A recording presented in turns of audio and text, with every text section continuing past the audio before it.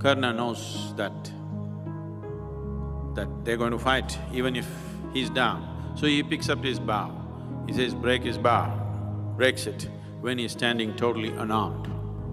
He says, take off his head. So Arjuna takes off his head. So Karna goes down. A great man and a great tragedy and a great mistake all his life. When battle is on or just about on, Kunti comes to him. His battle is on already, but he is not fighting because Bhishma says, if Karna is fighting, I will not be the chief of the army. I will not be the commander of the army if Karna is fighting. So Karna, a great warrior, is a bench sitter in the war. That is the worst thing for him. His whole life is about glory in the battle, glory in the battle, but he is a bench sitter. He cannot fight because Bhishma says he will not be the commander and nobody wants that. So he is just sitting in his tent. Then Kunti comes to him, and when he sees her for the first time, he knows that all these days he looked at her in some other way. But for the first time he knows that she's his mother. He completely breaks down and hugs her. And after all the emotion is over, Kunti says, you just come with me. You come with me, you will be the king, not Yudhishthira, because you are the eldest. And Yudhishthira will have no problem. Joyfully he will hand over the kingdom to you. He's been doing it all along.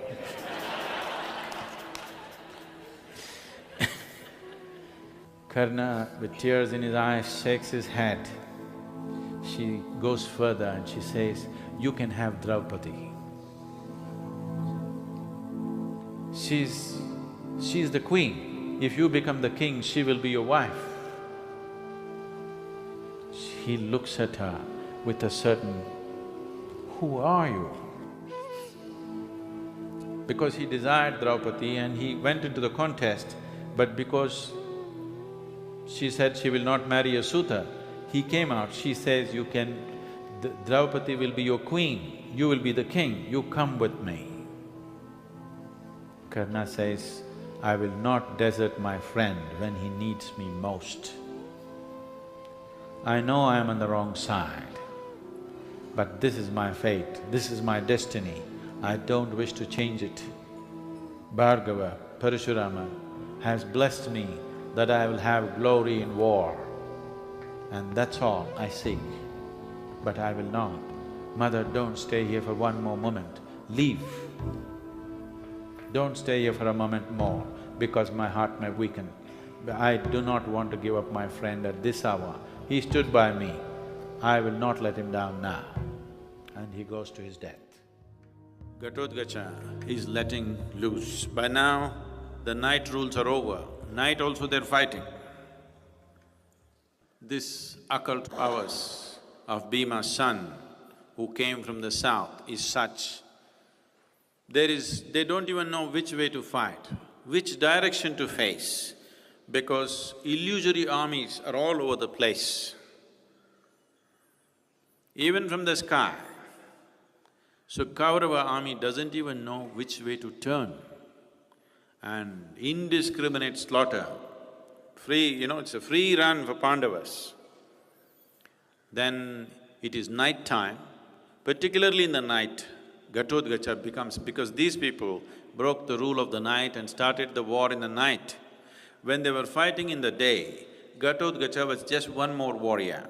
But in the night, he is a different kind, because his occult powers come to full flowering in the night and he is just letting loose havoc. So then Duryodhana looked at this, he said, this night, Kaurava army will end. He tells Karna, use the Shakti, kill this giant. Karna hesitates, because he's saving this one thing for Arjuna. If he uses this up, this dream of killing Arjuna will be over. he hesitates. Suddenly Duryodhana looks at him suspiciously. What is the matter? What is the matter? He has this problem that maybe somebody's loyalty has shifted. Man lives in that kind of fear. He questions Karna's loyalty. So Karna says, I have come here to die for you. I have not come here to win the war. I have not come here to rule. I have not come here to get a kingdom. I have come here to die for you. I am not doing anything less than what I should do. If you insist, I will use the Shakti. And he used the Shakti and brought down Ghatotkacha. And suddenly, all the occult powers were gone and it was a normal battle once again. Once Krishna came to know Karna has used up the Shakti, then he told Arjuna, tomorrow morning you must get Karna, that's it. He's finished. So next day morning they get Karna in a way that is not usually approved, but by then everything, nothing is approved or disapproved, people are doing whatever they want, everybody.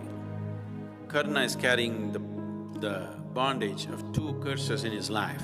One thing is Parashurama has cursed him, when you really need it, you will forget the mantras.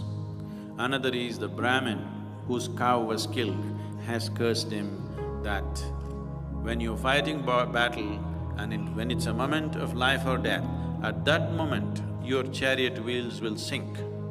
And when you're helpless, as you killed my helpless cow, when the cow was simply helpless, unprotected, you killed it, just like that you will die. So, Karna fighting Arjuna, a lot of drama happens and then Karna's wheel goes down.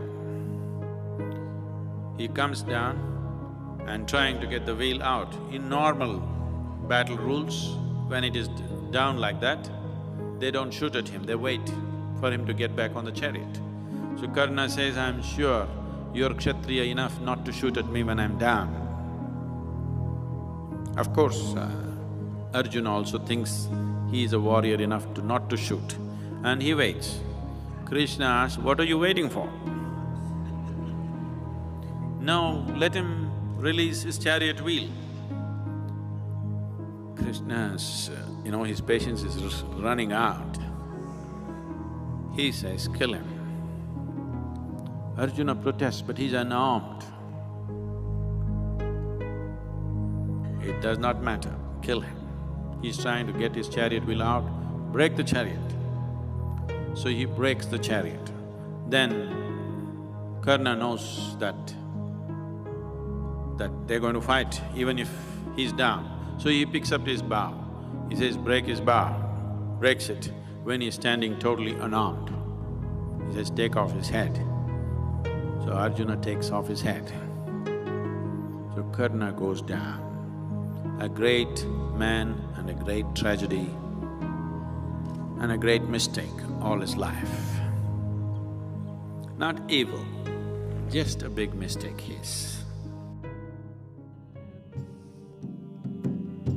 தாய்க்கு மகனில்லை தம்பிக்கு அண்ணனில்லை தாய்க்கு நீ மகனில்லை தம்பிக்கு அண்ணனில்லை ஊர் பழியேற்றாயடா நானும் உன் பழி கொண்டேனடா நானும் உன் பழி கொண்டேனடா